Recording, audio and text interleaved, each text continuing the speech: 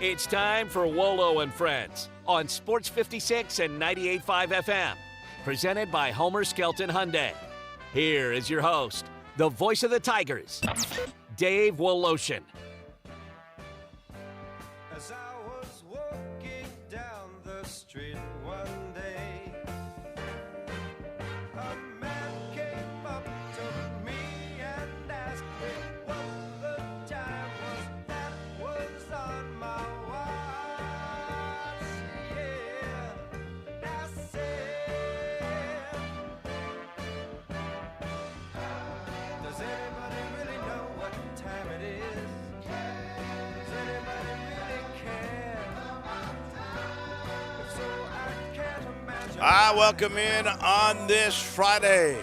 Oh, yeah, this is the weekend. The NFL playoffs begin. It's the halfway point of the NBA season. Our friend Andy Schiffman, our agent, man, he is really dedicated. J-Mo, I'm going to tell you that right now.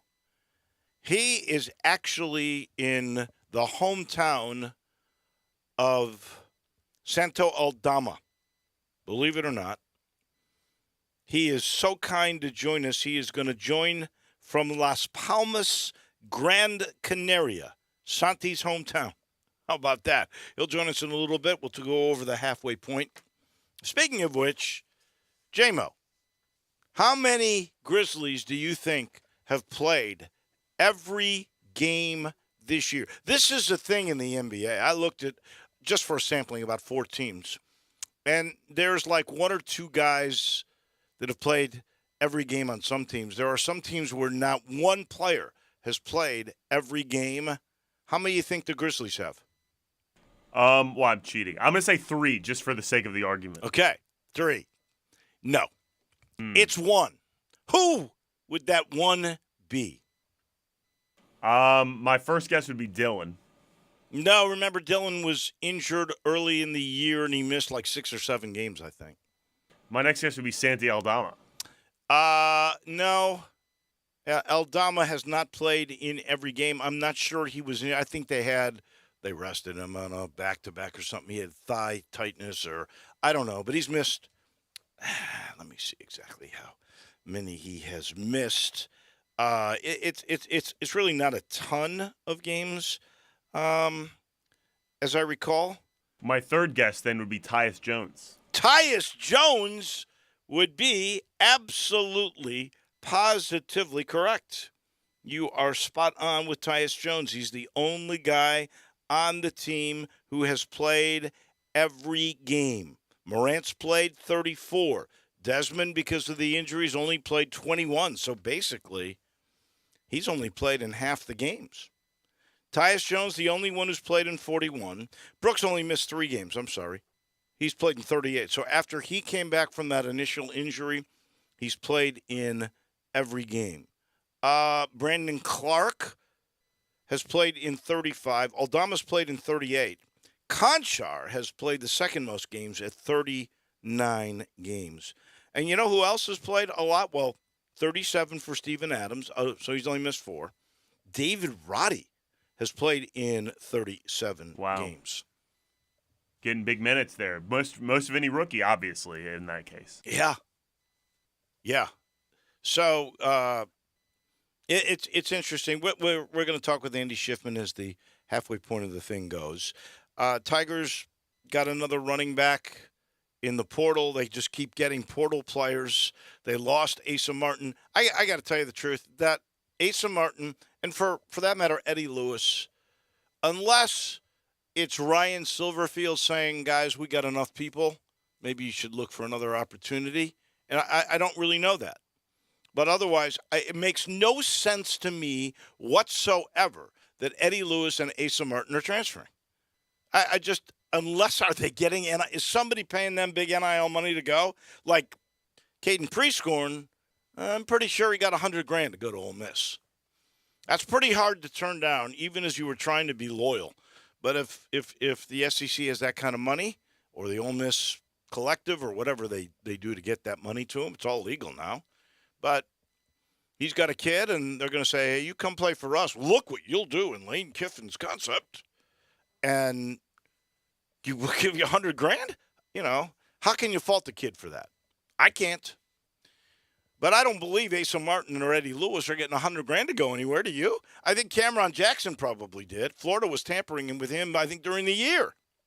Well, and also my biggest question is we were talking before the bowl game, a lot of these transfers, whether they be for NIL money or otherwise, happened in a lot of schools in that gap between the end of the regular season and their bowl game. And that wasn't the case for the Tigers whatsoever. All of these seem to be happening after the bowl game. It just seems peculiar. I guess I'm not as tuned in with all the transfers at other schools, but it seems peculiar to me based on the trend we're seeing at other universities. I just, first of all, I think Asa Martin, I mean, I talked to Asa a lot on postgame stuff, and I really believed he was locked in to be a Tiger. I mean, he started his career at Auburn. He was so grateful Memphis gave him the opportunity. He announces he's coming back, and then and then they do what they did. I'm sort of baffled by it. Because I don't believe they're getting big money. I really don't, to go elsewhere. And again, I could be wrong about that. But, maybe they looked around and they just thought there was too much talent that was coming in that they weren't going to get any opportunities. I'm amazed at all of the talent from Power Fives that Ryan Silverfield has been able to get. And maybe when he saw that the kid from Mississippi State, the redshirt freshman, Katravian Hargrove, that's the latest guy, maybe Asa thought, that's enough for me. The timing would indicate it very well could be competition based, right? Maybe Eddie Lewis saw Tosky Dove, the wide receiver that's a fifth-year guy from Missouri coming in. Maybe he thought, that's enough for me. That kid had 5 years at Missouri, over 1,000 yards and catches. I don't know. I just don't know what some of the rationale is. But, I'm not surprised about Cameron Jackson because I think Memphis figured they were going to have a hard time keeping him. There's an offensive lineman that hasn't moved anywhere, at least for now, and I hope it stays that way. But he was supposed to be the starting left tackle, and it didn't quite work out. Maybe that's why he's coming back. But I know they were worried McKalen Pounders would be a guy that the SEC might be eyeing really well. And that could still happen in the future when you have a guy that's physically gifted, and then you develop them, like Prescorn was developed, and then they go. But we'll talk with Brian Dacus, our man from our team. Is that what it's called? Our Team Memphis, that's right. Our Team Memphis. He will join us at 10:45, Talk Tigers. We'll talk the Tigers basketball game. I missed yesterday. I apologize for that. We came in really late, and unfortunately there was a death in our family, and so I was unable to come from after that game. But it was classic. I know there have been plenty of people who don't view it that way. They just view it as, here's Memphis losing another big key game. I thought it was a great game. I think they should have won in regulation.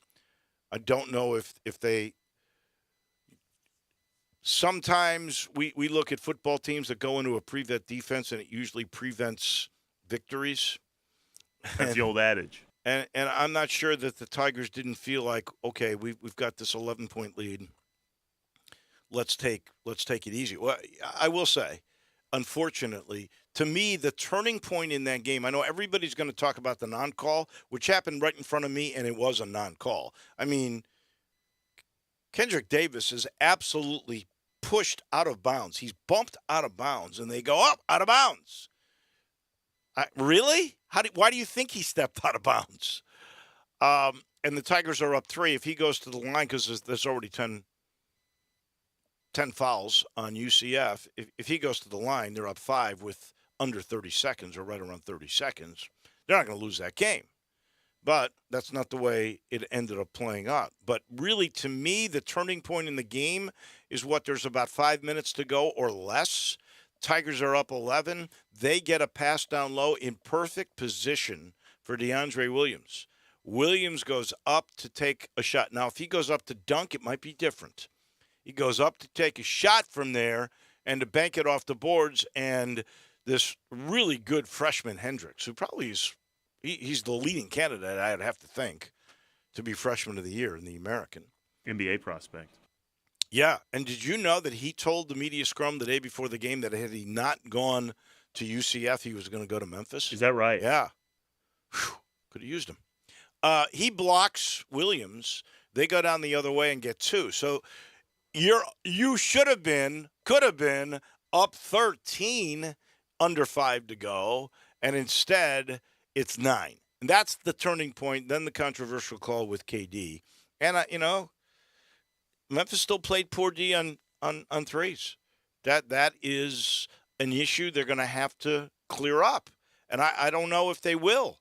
But they gave up 16 threes. Now, granted, there was an additional 10 minutes played in that game, but 16 threes. And this was like maybe destiny for UCF. Memphis, Ken Pom does a thing about lucky, right? They have an analytics on lucky. That's right. Well, sort of.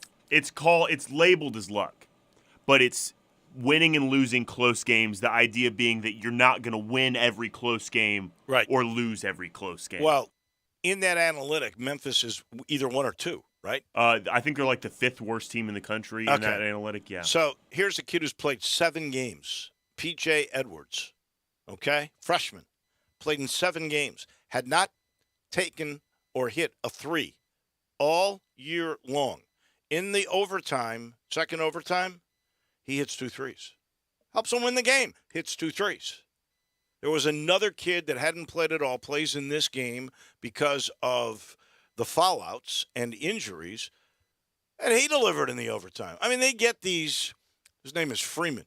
Oh, yeah, he's a 50% free throw shooter. Hit 2 critical free throws at the end of the second overtime to secure the win. Let me ask you this, because you talked about how it's been a couple games now that they've really, well, more than a couple. It's been a few games in a row now. They really haven't defended the 3 very well at all. No, that's the trouble. Do you think like when I see that luck rating, obviously you're not going to win or lose all these games. That's why it's called luck in that regard. Do you think closing out games and like specifically defending 3s on guys that don't hit them very often, is this becoming a trend that you would be worried about, or do you think this will right itself if the Tigers keep playing in a similar fashion? I'm worried.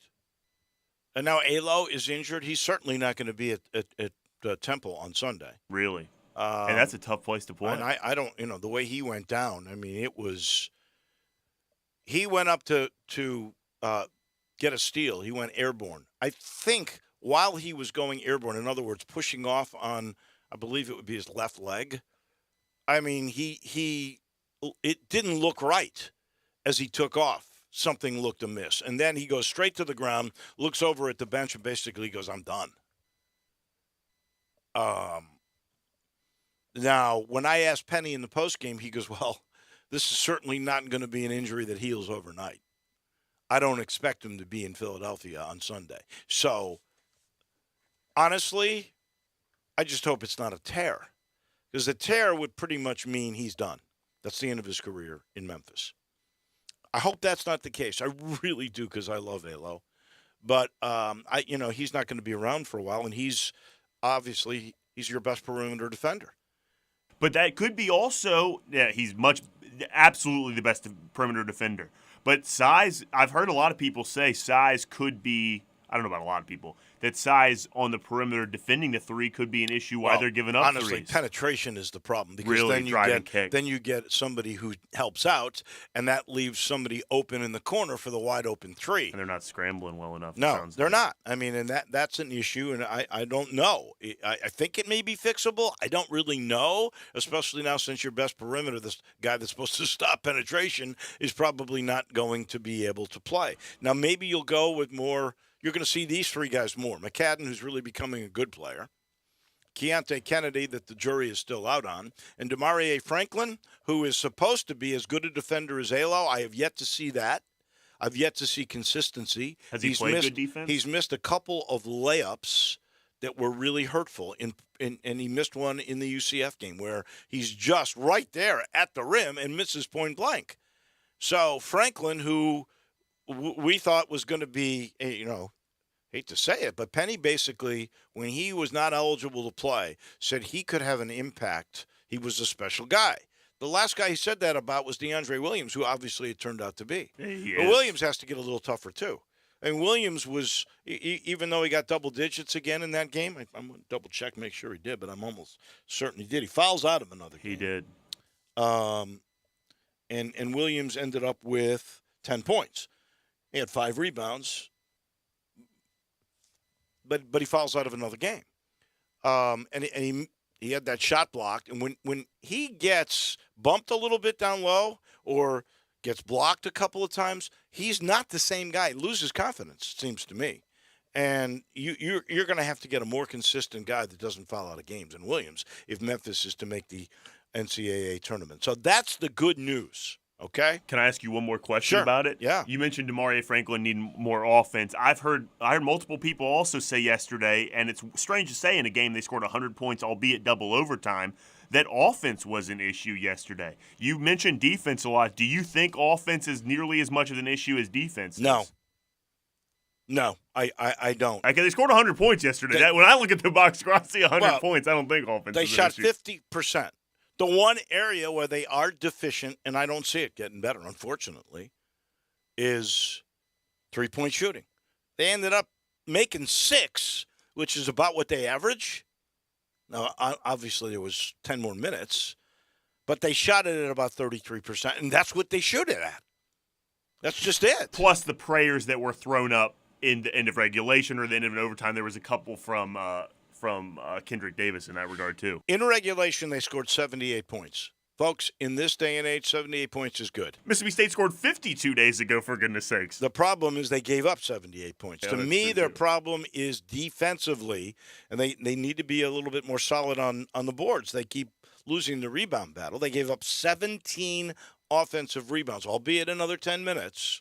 17 offensive rebounds. You can't and that is one of the UCF staples. And they did that without Michael Durr, their center. So rebounding and outside shooting is a flaw, and also defensive threes because of penetration by the opposition. Those things are the areas that have to get better. Here's the good news. I don't know about the other bracketologists. I know what DeCourcy had him as an 8 seed last week, right? And Lunardi had Memphis as a last 4 in and wait. UCF as a first 4 out. But wait, Lunardi, this morning, about an hour and 15, 20 minutes ago, he released his newest bracketology. Hot in my hands, right here. And that bracketology says the Americans getting 3 teams in. Wow, so Memphis didn't drop out. They just added UCF. Bingo. But in the same position.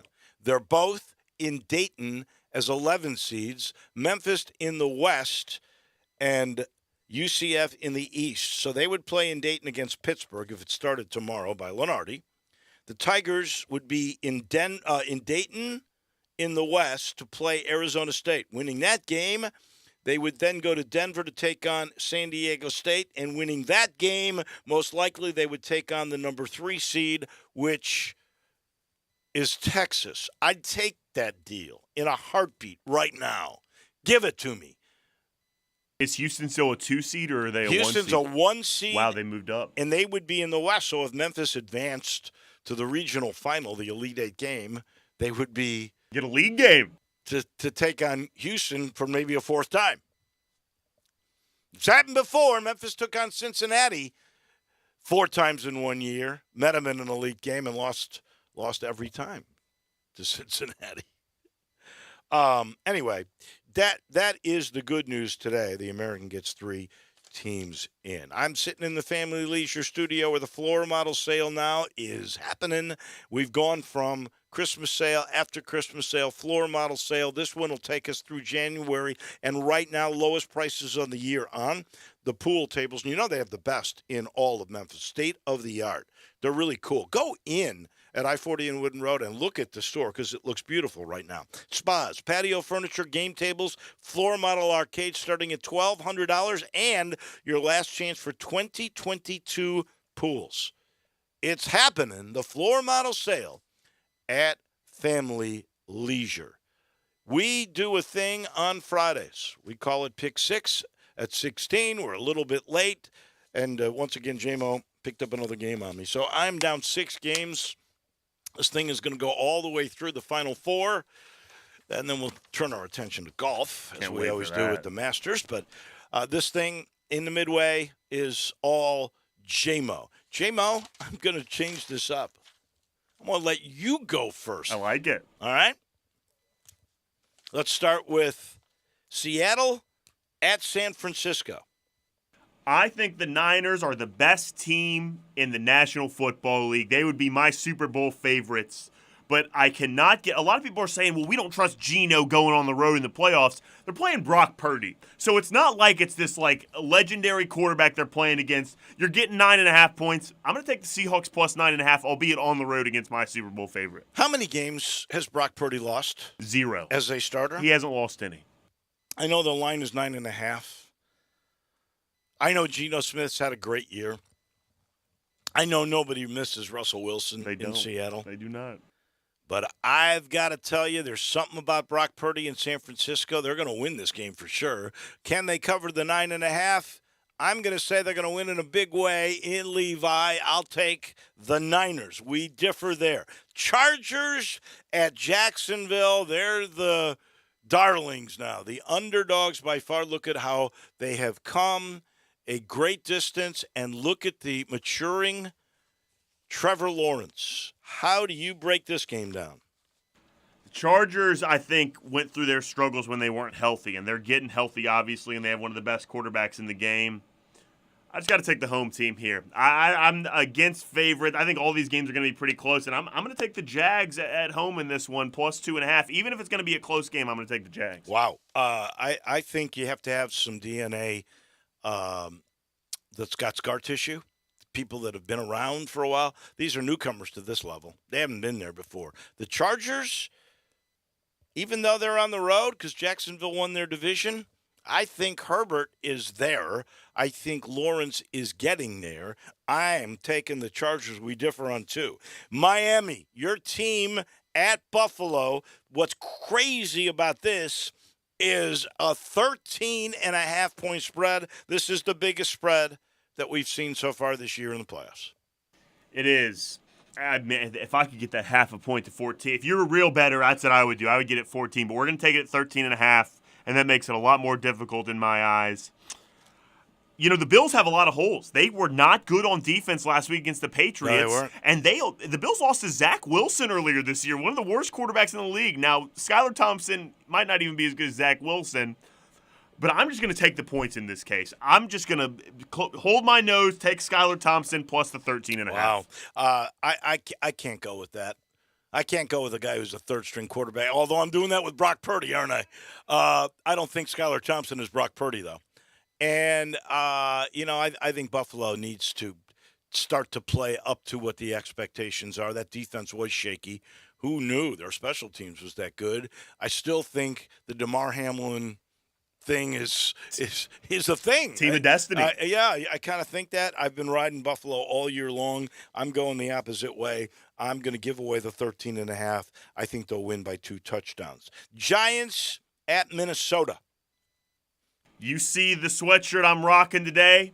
I've got the G-Men on. I think, talk about a team of destiny. Brian Daboll is one of the best coaches in football. Again, even if they don't win this game, the Giants have played close games all year long. I expect the same thing here. Talk about a bad defense, the Minnesota Vikings. Give me the Giants plus a 3. I'm exactly with you. Believe it or not. Do you know what the Giants were against the spread this year? Had to have more than 10 wins or more. 13-4. Wow. And Minnesota, I don't trust Minnesota. Neither do I. Every time I start to believe in them, they screw me up. No, I'm going with the Giants. We finally believe in one. We'll give away the 3. That's all we're giving away. Baltimore at Cincinnati. It's a rematch. For some reason, I love backup quarterbacks this week. But in the playoffs, especially in a divisional game in the playoffs, I would bet on a college team plus 9.5, I feel like. I mean, even though no Lamar Jackson, I don't trust Tyler Huntley at all, but we've also seen Anthony Brown the last 2 weeks. The Ravens aren't even as bad as they've shown the last couple weeks. I'm going to take Tyler Huntley plus the 9.5 against the Bengals. Okay. We differ again. No Lamar, that is a big deal. It is. You know what the one sure thing is that only you and I know? I think it's like 11-2 when there are back-to-back teams playing back-to-back games. Over. So go over. If it's going over, I like a lot of points. I think Joe Burrow's maybe the best quarterback in the league. I mean, he's amongst the top 3 for sure. Give me Joe Burrow. I'll give you the points. We differ there. Wow, we are differing in 4. What's 1, 2? 4 of the 5 so far. Yeah, 4 of the 5. Last game, Monday night, Tampa at home. They're getting points. It's the Cowboys that are favored by 2.5. This is the wrong only favorite to take that I've taken. This is the only favorite I've taken. It's the wrong team to do it with. Nonetheless, I think the narrative on the Cowboys is far too negative. They've been a good team all year. A lot of recency bias with how bad the Cowboys have been, even on the road against Tom Brady. I think they're begging me to take that 2.5. A lot of people are going to be betting Tom Brady. I'm taking the Cowboys. I'm going the exact opposite way. First of all, when's the last time the Cowboys really played good?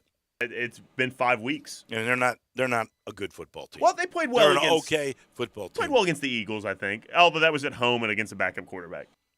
Yeah, exactly. And Tom Brady in the playoffs, I'm not betting against Tom Brady. No way. I don't think either of these teams are great by any means. Yeah. But you're at home. You've got Tom Brady. Look what Dallas did last week. My goodness, forget it. I'm going hometown team. Give me Tampa. We differ in 5 of 6. We may have a horse race when this one is over. And those are our picks at 10-16. We talk NBA in Spain with our friend Andy Schiffman in a minute.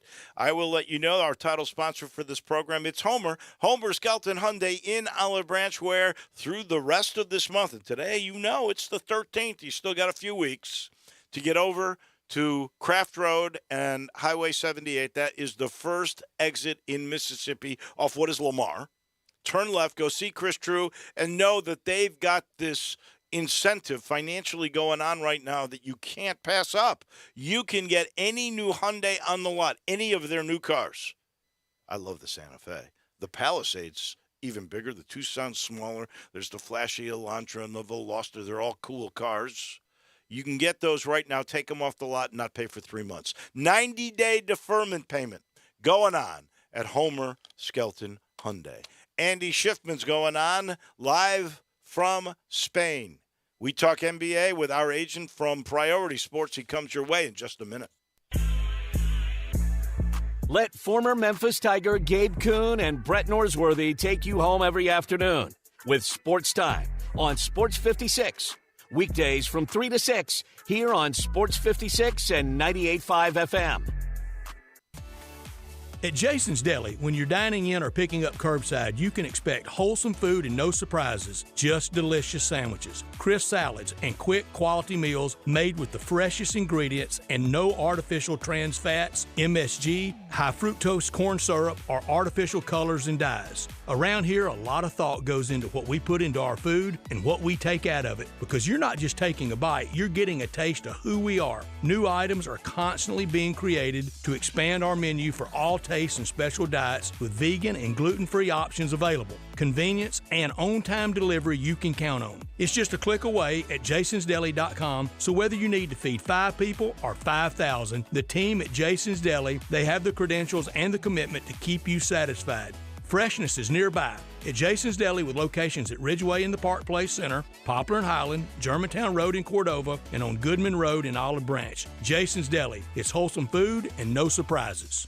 It's time to discover new roads in the new year at Gossett Mitsubishi on the Pike. Get ready to blaze new trails in the 2023 Mitsubishi Outlander Sport. We Gossett at $359 a month or buy for just $26,350. Gets 29 MPG highway. Or get ready to take your pick from 2022 Outlander or 2023 Eclipse Cross for just $399 per month. And you'll always get peace of mind in your new ride with Mitsubishi's 10-year, 100,000-mile powertrain limited warranty. 2023 Mitsubishi Outlander Sport, $359 per month. 2022 Outlander or 2023 Eclipse Cross, $399 per month. You won't go wrong ever when you shop Gossett Mitsubishi, 1870 Covington Pike, or shop online at memphismitsubishi.com.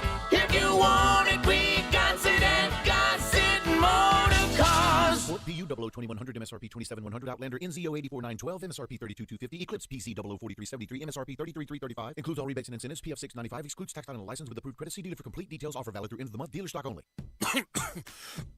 When a cold comes on strong, knock it out with Vicks DayQuil Severe for max strength daytime relief.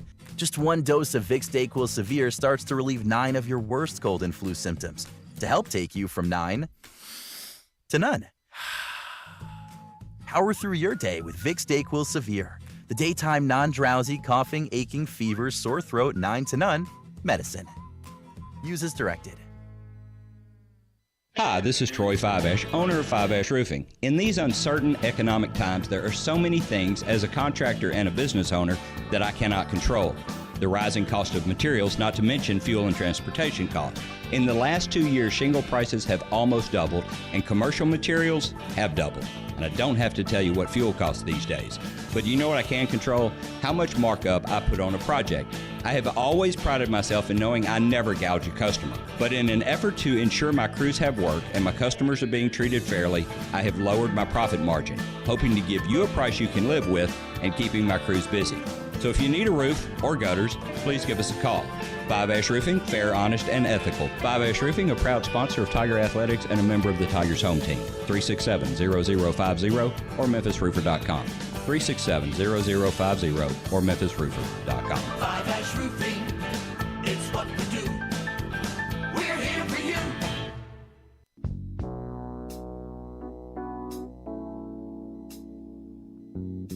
Now, back to Wolo and Friends on Sports 56 and 98.5 FM, presented by Homer Skelton Hyundai. Here once again is the voice of the Tigers, Dave Woloshin. We're going to Spain in just 1 minute to talk with our agent, usually in Chicago.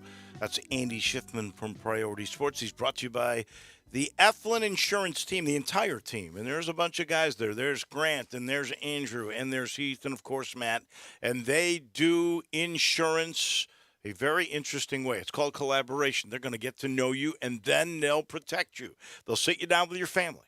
They'll get to know who you are, what's important to you, what your budget is, what you need to protect, and then they will figure it out, whether that's life insurance or a home program or auto insurance. They will protect you. Same thing with small to mid-sized businesses. They have commercial insurance, and they absolutely specialize in those littler versions. They'll get to know your product and what your assets are and what needs to be protected and how many employees, what your budget is, and then they protect you. 901-386-GUR, that's the number, 4777. They use GUR because they're big Tiger guys. That's the Eflin Insurance team. So this is kind of fun, and I got to tell you, the dedication that my man, Andy Schiffman, has. He joins us now from Las Palmas, Gran Canaria. Am I saying that correctly? In Spain, where it is the home of Santi Aldama? Is that the correct pronunciation, Mr. Schiffman? Si, senor. It is. Beautiful place. I'm not going to complain on January 13th to be out here in basically 70-degree weather by a beach watching basketball. Life could be worse. Wow, you've got it made. No doubt about it. So it's about 4:30 there? Is that right? Yep, 4:30, 6 hours ahead of Memphis. That's great. So you watching basketball tonight? I'm going to a client's game tomorrow. I came from Monaco, where I watched 4 players in a game Tuesday, including one of my clients, Memphian Tariq Black. He plays for the best team in Greece. We love So Tarek. Is he doing and well? he played great. The game I saw Tuesday, Dave, was probably his best EuroLeague game of the season. So he's doing well. His team is doing very well. So life is good for him right now. Love it. All right, so we're at the halfway point.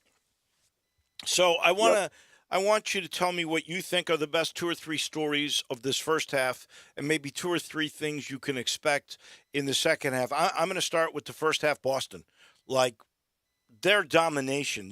They win 2 out of 3 on the road. They're on a pace to win 60 games. You know, even a guy like Horford is playing 30 and a half minutes, and he's in his, what is he, 40? I mean, it's unbelievable what they are doing. They don't have their initial coach, Ime Udoka. They took a guy that was on the bench, Joe Mazzulla. He's taken over. First of all, what's going to happen with him? Has he got the gig? I would imagine so at this point. Why wouldn't you just give it to him outright? Because you hit the nail on the head, Dave. What Boston's doing is they're consistently great every night. Now, they've won 5 straight. They just won in Brooklyn. But it's not all just Jason Tatum. They're getting production across the board. You mentioned Al Horford. Guys like Malcolm Brogdon, they made that deal with Indiana over the summer last year to acquire him. They're getting production from Grant Williams, Derek White, obviously Marcus Smart. You know, Jaylen Brown's going to be out for a little bit, but they're very deep and they're very well coached and they're very good. So I expect them to go very far. It's been fun to watch them this year. All right, give me another story or 2 that you really liked from this first half. Well, I think for me, Dave, number one, I don't necessarily know if I need to say I like it. It's just been very fun to watch and very interesting to watch as a basketball fan. You go into this season and everyone talking about the Nets, and now they're all healthy and what they're going to do with Ben Simmons now playing and Kyrie and KD. And then they get off to a rocky start. Then everything just blows up with everything going on with Kyrie, right? Right. And then he's MIA for a while. He's getting scrutinized in the media, by the NBA, by fans. And I'm not advocating that the guy is a saint. I don't know him personally, but he's a heck of a basketball player. And then all of a sudden, you look up what they're doing recently until the negative news about Kevin Durant's injury, unfortunately, it's going to keep him out for an extended period of time.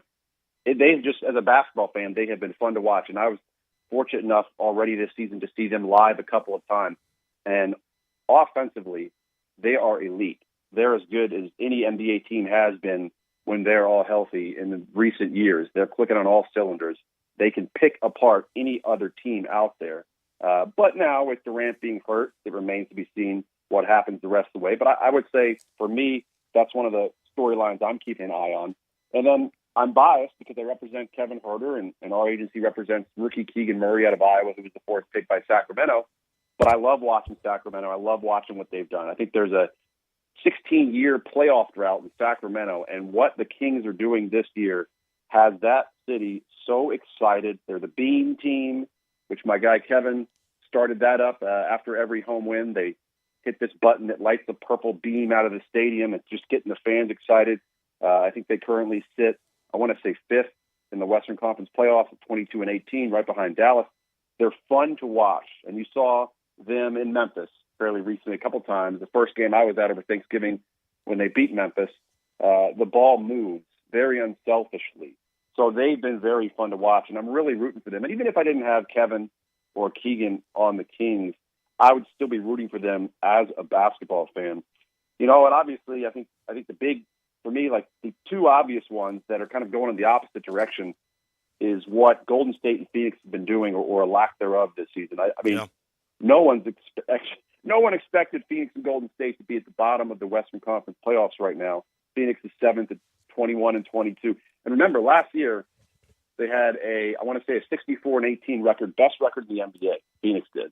And think about that. Already halfway through the season, prior to halfway through the season this year, they lost more games than they did last year all season. And for the most part, they kept their roster together. They retained DeAndre Ayton. You got Chris Paul. Obviously, they're missing Devin Booker big time. So you hope that at some point he's going to return and be healthy and really help them. But they are struggling. And it's been unfortunate, their fall this season compared to where they were last year, if you're a Suns fan. And the same thing with the Warriors.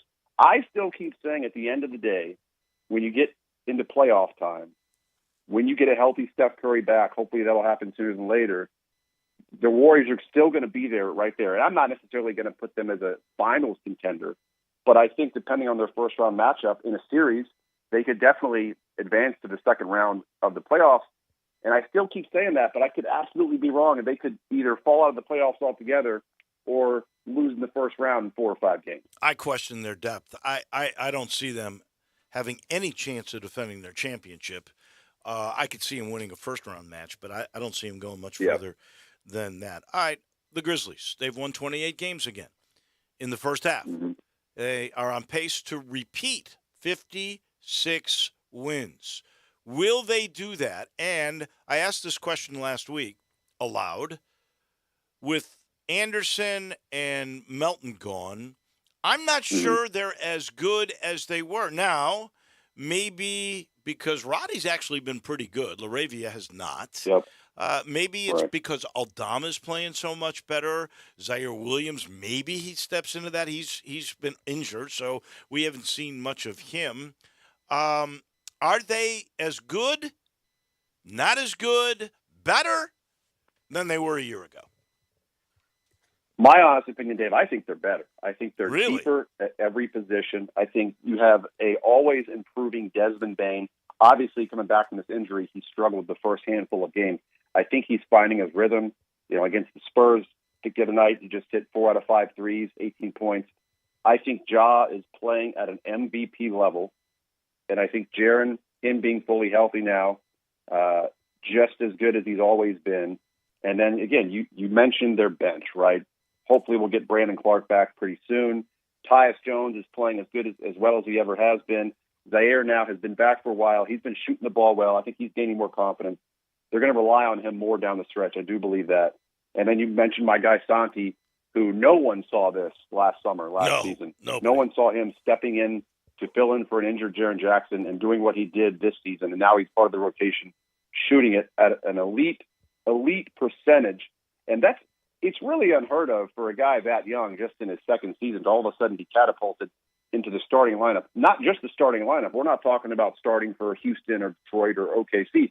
You're starting for a NBA championship contending team, and you're shooting nearly 50% from the field, nearly close to 38, 39% from three, and he's only going to continue to improve. And it's scary to think where he could be 2 years from now when he's only going to be 24 2 years from now.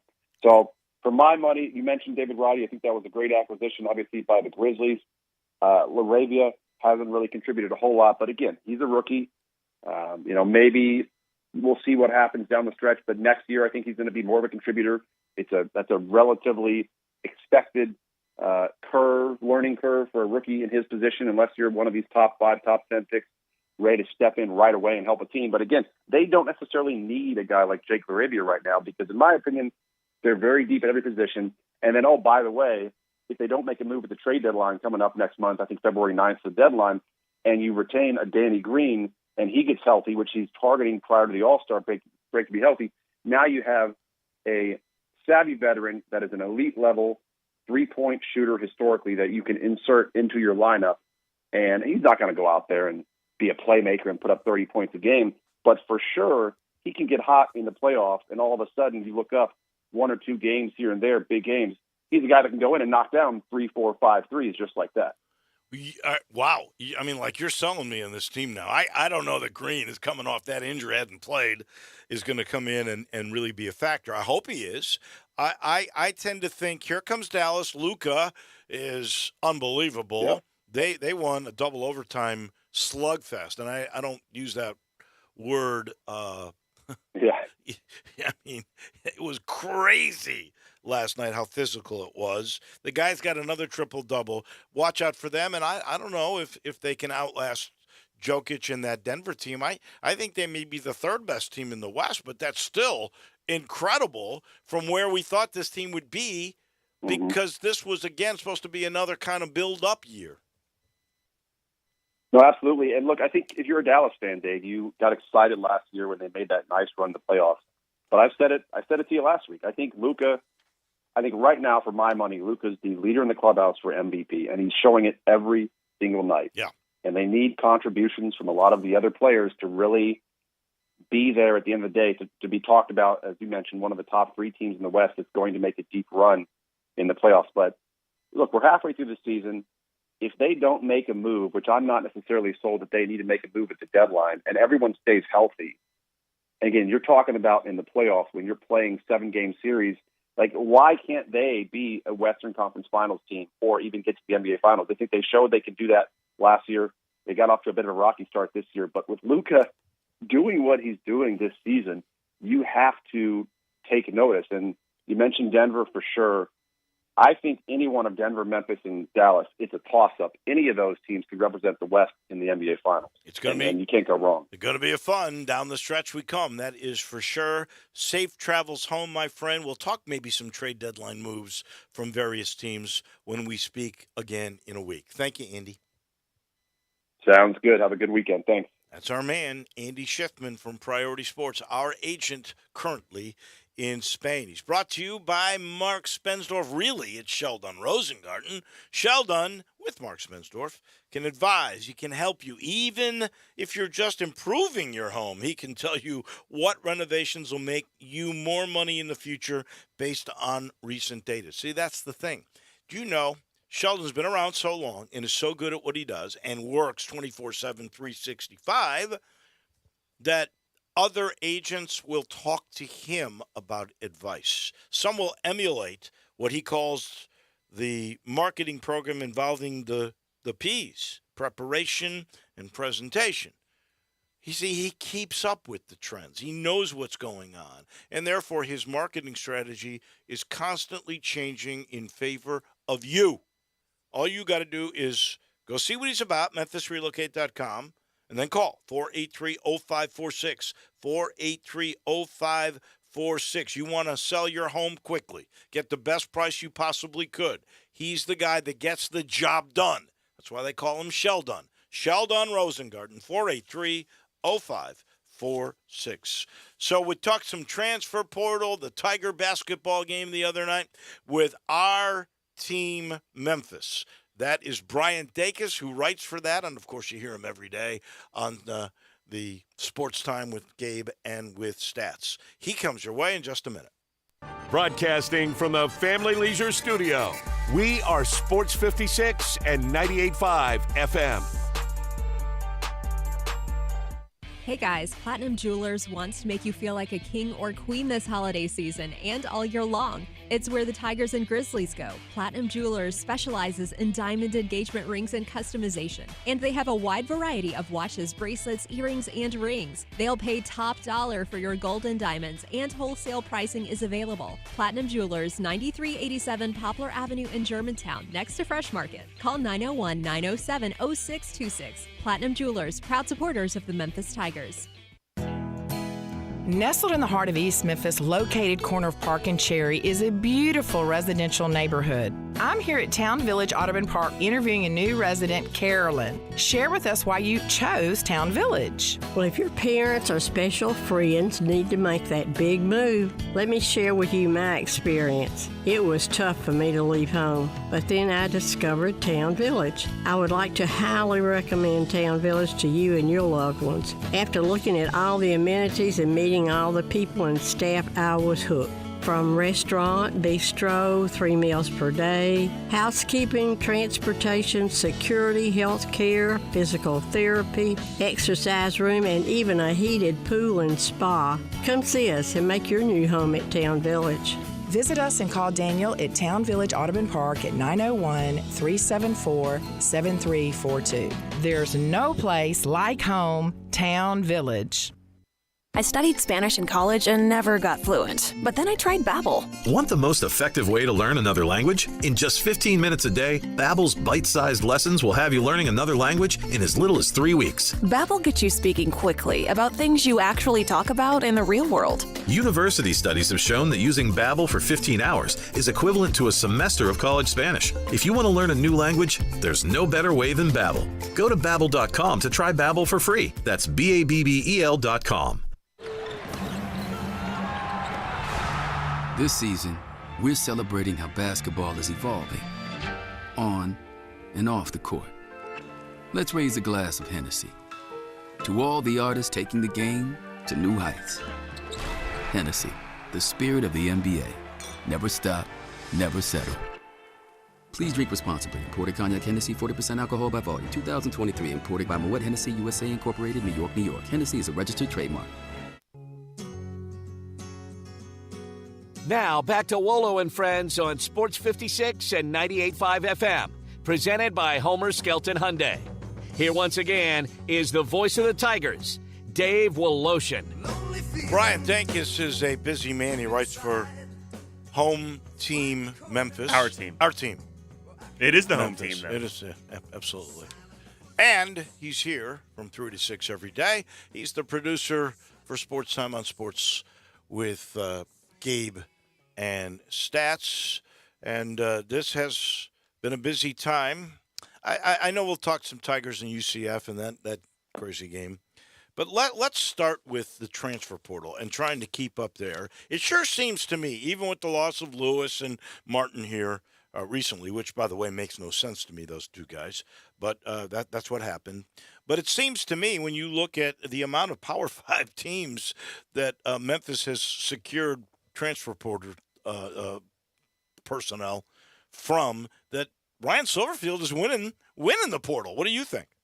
Yeah, I mean, I think, good morning, Dave. I think obviously you've lost some playmakers, but when you kind of turn around and see Ohio State, Missouri, Florida State, Mississippi State, you're getting guys from really, high Power 5 schools. So I think while a lot of people want to look and say, well, you just lost, your top 4 leading receivers. I mean, Ryan Silverfield and his staff have done a really, really good job of kind of going to the portal and getting some guys with Power 5 experience, with some high-level experience that can come in and really make a impact right away. Well, and we should recall and let people know, the fastest guy on the team that was a receiver is Joe Skates. He's here. Mm-hmm. The best hands of a receiver on the team is Kobe Drake, who is only going to be a junior, if I recall, and that dude is really a good player. Mm-hmm. So he's back. Now you add what's the young man that the Toski Dove, who was a kid at Missouri, spent 5 years there and played a lot, had over 1,000 yards in receiving. I mean, that seems to be a pretty good replacement for an Eddie Lewis. Yeah, absolutely. I mean, you look at what Dove did at Missouri, like you said, over 1,000 yards receiving in 2022. Obviously, they brought in a lot of receivers at Missouri. They kind of had a loaded group at wide receiver, so didn't have as much production. But in 2021, had over 500 receiving yards. So I mean, he's definitely a guy, an older guy, a graduate transfer that can definitely come in. He's also from Denton, Texas. I found out yesterday, so can kind of have that hometown connection with Seth Hennigan. I really do think Toski Dove's going to be a guy that really comes in and plays a big role right away. And then we go on the other side of the ball on defense, and the biggest glaring weakness. And if you talk to Matt Barnes for any length of time, he would tell you right off the bat he was lacking key personnel in the defensive backfield other than Quindell Johnson. So here he gets the kid Malik Feaster. He's a guy from Florida State, but the guy that intrigues me the most is Simeon Blair. He's the safety from Arkansas that was a captain of the team at one time. Last year, he started in all 13 games and was their third leading tackler with 73 tackles, 42 solos. How did that happen? How did Memphis get this guy? I mean, it's just kind of how the portal works. I mean, this is a guy that at Arkansas started as a walk-on and ended up getting placed on scholarship and really just balled out. And last year had some injuries, played a big role, but due to some injuries, I mean, became a really, really key part of that secondary at Arkansas and became a captain, like you said, and just how the portal goes. I mean, people come in, people go, and the Tigers did a really, really good job getting him on campus. I'll say that Ryan Silverfield and his staff has really impressed me, especially this offseason, is when they get guys on campus for official visits, unofficial visits. I mean, you'll see, you can go and look at, there'll be 5 guys that come in last weekend. 4 or all 5 of those guys will end up committing to the Tigers on the Sunday or that Monday after the visit. So they've done a really good job of when they get guys onto campus, they've sold him on this idea. They've sold these players on the game plan of what they can come in and do for this team. And just another guy with Simeon Blair who had places out there that he could have gone, some high major places that he could have gone and played at. And Tiger sold him on a plan and got a commitment from him. Now, I can understand Prescorn and Cameron Jackson, the two biggest losses, honestly, from the portal. I can get that. I mean, I'll give you 100,000 reasons why Prescorn, who's got a kid, why he made the move. Explain to me, if you can, Asa Martin and Eddie Lewis, because I don't think they're going to have more prominent roles wherever they go, and I don't see anybody giving them $100,000. No disrespect to either of those guys. I like them both. Yeah, and Eddie Lewis, I think, is a more difficult one to kind of look at, just because kind of a guy that Memphis brought in, didn't have a ton of offers when he came to Memphis, and has really kind of turned into a good player at Memphis, but nothing super that you would think, oh, that guy's going to leave and go to a Power 5 school or anything. I think Asa Martin, it really comes down to, I just think there were too many cooks in the kitchen. I mean, we kind of saw it last year with that running back group, but going into next season, before Asa Martin decided to transfer, you had all three backs from last year that started the season that a lot of people thought were going to get playing time. Then Ryan Silverfield started working the freshman Sutton Smith in there, and Silverfield raves about any chance he gets.